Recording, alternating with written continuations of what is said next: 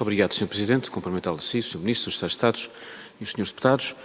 Sr. Ministro, agradeço as primeiras informações que deu aqui na Comissão e vou precisamente entrar em dois grandes temas que o Sr. Ministro aqui focou. Um, naturalmente, referente à língua portuguesa e nesse aspecto, na língua portuguesa, naquilo que é um dos grandes projetos na nossa língua, que é a CPLP, e dentro da CPLP, uma das grandes vitórias que foi obtida recentemente com a mobilidade da CPLP, cujo pontapé de saída foi dado por Portugal e depois foi seguido pela presidência de Cabo-Verdiana, e nesse sentido perguntar, e como sabe a língua é ferramenta também de mobilidade, de trabalho, de educação, de ciência, perguntar-lhe em que perspectiva é que a mobilidade da CPLP pode começar a ganhar, a materializar-se neste caminho lento que vamos fazendo de normalização da mobilidade e que desafios é que poderá haver para vencer ou até, porventura, até algum nível de compatibilidade neste projeto europeu que vemos classificado verde que possa ser aplicado a outras geografias e, particularmente, nos países da CPLP ou até na CPLP. Segunda questão que lhe gostaria de colocar, uma vez que abordou aquilo que é o importante papel da União Europeia naquilo que é a sua cooperação e neste novo ajustamento que nós vamos vivendo a pouco e pouco a nível mundial, onde a cooperação para o desenvolvimento tem um papel muito relevante na aproximação dos países que, de facto, estão mais condizentes daquilo que é a visão que a União Europeia e que outros países como os Estados Unidos ou a Inglaterra, como mencionou, têm no mundo.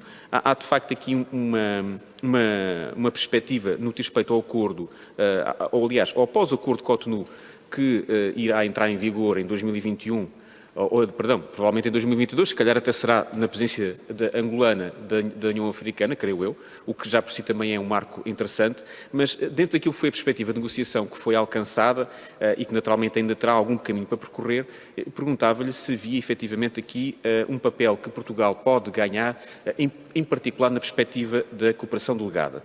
Ou seja, a tendência, dir-me-á o Sr. Ministro, se assim é ou não, também a perspectiva do Ministério dos Negócios Estrangeiros, a tendência será que a União Europeia e os países da União Europeia tenham uma perspectiva de cooperação cada vez mais integrada, cada vez mais conjunta, e é evidente que aí Portugal poderá tentar fazer com que esta cooperação europeia seja também por via cada vez mais daquilo que é as grandes condições que Portugal tem para a cooperação através dos seus organismos, que têm uma grande tradição, mas em particular também têm a grande vantagem de proximidade com muitos países, como o caso dos PALOP.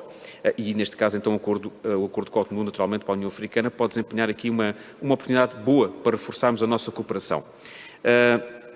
Ainda com o tempo remanescente, gostaria também de perguntar ao Sr. Ministro, no que diz respeito ainda deste âmbito da cooperação, muito particularmente sobre o caso de Moçambique. O PSD apresentou um projeto de solução no Parlamento que foca em dois aspectos no que diz respeito a Moçambique. Um, que é um importante fórum onde Portugal está presente desde janeiro, como saberá, obviamente, o Sr. Ministro, o Fórum Económico e Social das Nações Unidas, e perguntar se, de facto, dentro das futuras perspectivas, Portugal poderá ou quererá, naturalmente, utilizar este fórum para poder abordar este tema. Como, de resto, diga-se de passagem, também já foi relevante que isso tenha acontecido quando ocorreu o furacão Idai. E dentro dessa mesma perspectiva, até lembrando o furacão Idai e aquilo que foram os esforços das diplomacias portuguesas quando o mesmo atingiu o furacão Idai e Kenneth em Moçambique, há também um papel muito relevante por parte da União Europeia, que é de resto tradicional a nível daquilo que é a cooperação e desenvolvimento, portanto não se poderá pensar que a União Europeia não tem um papel e muitos dos seus Estados-membros de cooperação em Moçambique têm um papel e uma grande história, e portanto queria lhe perguntar se vê com uma perspectiva positiva ou vê até com alguma viabilidade a eventual criação de um fundo fiduciário dedicado a Moçambique, na perspectiva da resposta à emergência humanitária e na perspectiva da resposta à reconstrução dentro do contexto da tripla ameaça que o Sr. Secretário-Geral das Nações Unidas, António Guterres, já mencionou, que de facto Moçambique tem uma característica infelizmente muito particular.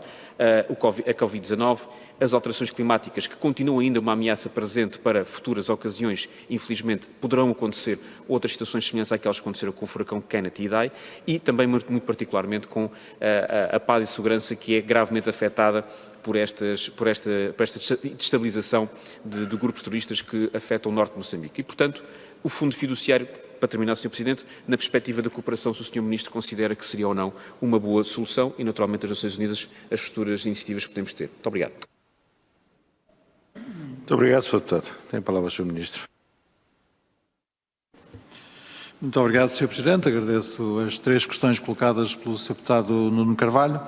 Em relação à Convenção Quadro sobre a Mobilidade na CPLP, ela será aprovada na cimeira que já está marcada para Luanda para o próximo dia 16 e 17 de julho, o que, na minha opinião, será a melhor maneira de a comunidade festejar o seu 25º aniversário, que ocorre exatamente no dia 17 de julho.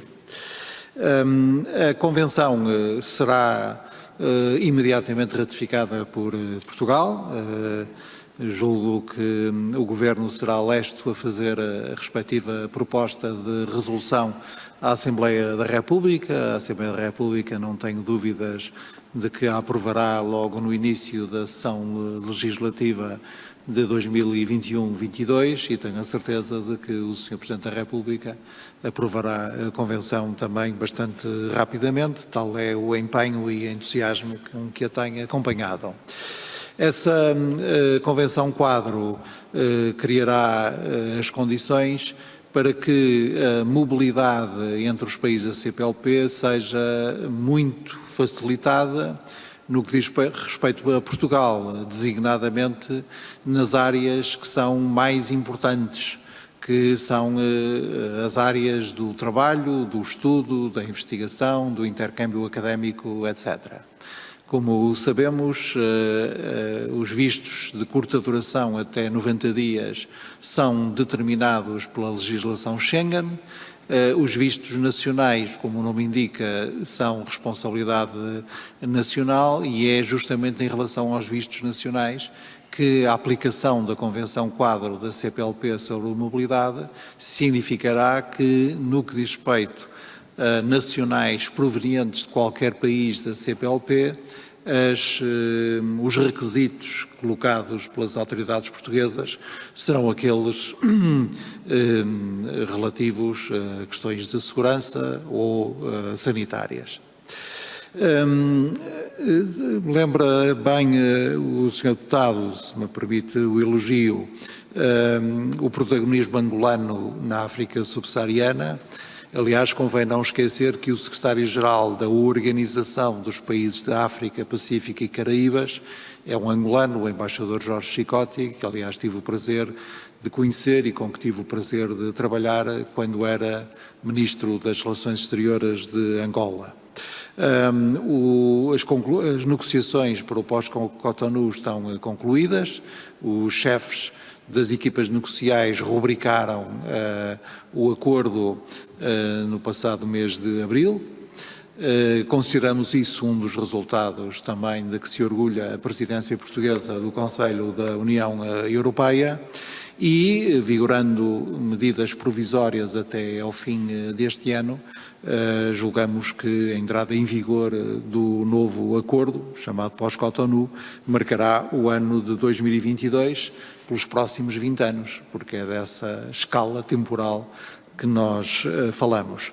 E, evidentemente, esse acordo, juntamente com a entrada em vigor do novo instrumento de vizinhança, desenvolvimento e cooperação internacional da União Europeia, que dos seus quase 90 mil milhões de euros reserva 30% à África subsaariana, criará as condições para também na área da cooperação haja um incremento dos fundos disponíveis para a parceria entre países europeus e países africanos. Relativamente a Moçambique, tem toda a razão o Sr. Deputado em assinalar que Portugal pertence desde o início deste ano ao ECOSOC, ao Comitê Económico e Social das Nações Unidas, tendo aliás sido o país que recolheu o maior número de votos na respectiva eleição. O ECOSOC não tem a cooperação bilateral no âmbito dos seus trabalhos, mas através de outras formas de financiamento de diferentes programas das Nações Unidas, nós estamos construindo uma dotação para apoio a Moçambique que esteja à altura dos enormes desafios que Moçambique enfrenta.